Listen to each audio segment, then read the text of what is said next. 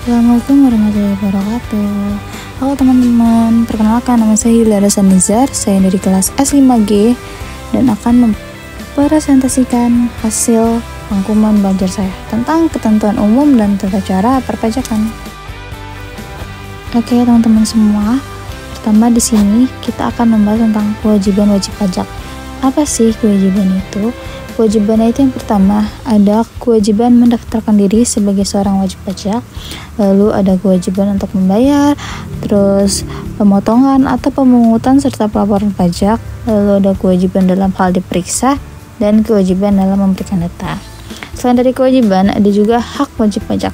Haknya itu adalah hak untuk atas kelebihan membayar pajak, hak dalam hal wajib pajak dilakukan pemeriksaan, dan hak untuk mengajukan keberatan, banding atau peninjauan kembali, serta hak-hak pajak lainnya.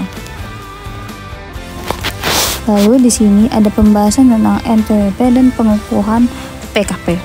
Wajib pajak sendiri harus memenuhi dua persyaratan, yaitu ada persyaratan subjektif dan persyaratan objektif.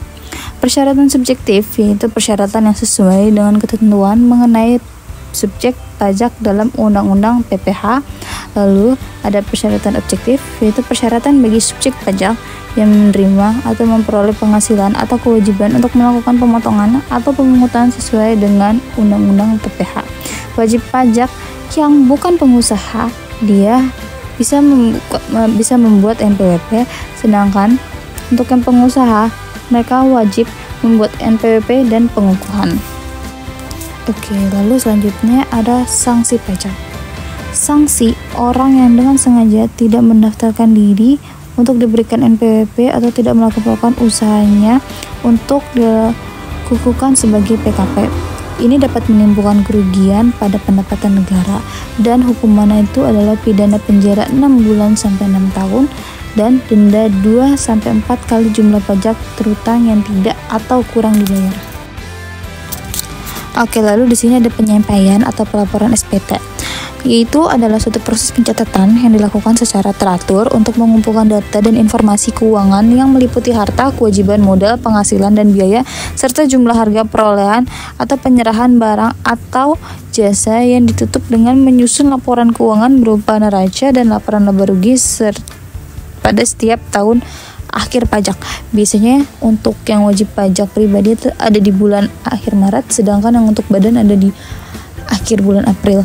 Nah, penyampaian SPT itu sendiri pun dalam pelaporannya ada 3, yaitu ada SPT masa, yaitu 20 hari setelah akhir masa pajak, lalu ada SPT tahunan PPh-OP, itu ada 3 bulan setelah akhir tahun pajak, lalu ada SPT tahunan PPh badan, yaitu 4 bulan setelah akhir tahun pajak. Nah, ini tuh bisa dilakukan di kantor pelayanan pajak atau KPP yang terdaftar di kartu pajak masing-masing. Nah, lalu di sini kita akan membahas tentang penagihan pajak. Penagihan pajak adalah tindakan penagihan terhadap wajib pajak apabila utang pajak sampai dengan tanggal jatuh tempo pembayaran belum dilunasi. Itu ada tahapan-tahapan. Nah, yang pertama adalah dikirimkan surat teguran, lalu ada dikirimkan surat paksa, lalu yang ketiga ada surat sita untuk barang-barang mereka yang masih berharga, lalu akan dilelang untuk proses pelunasan tagihan pajak mereka.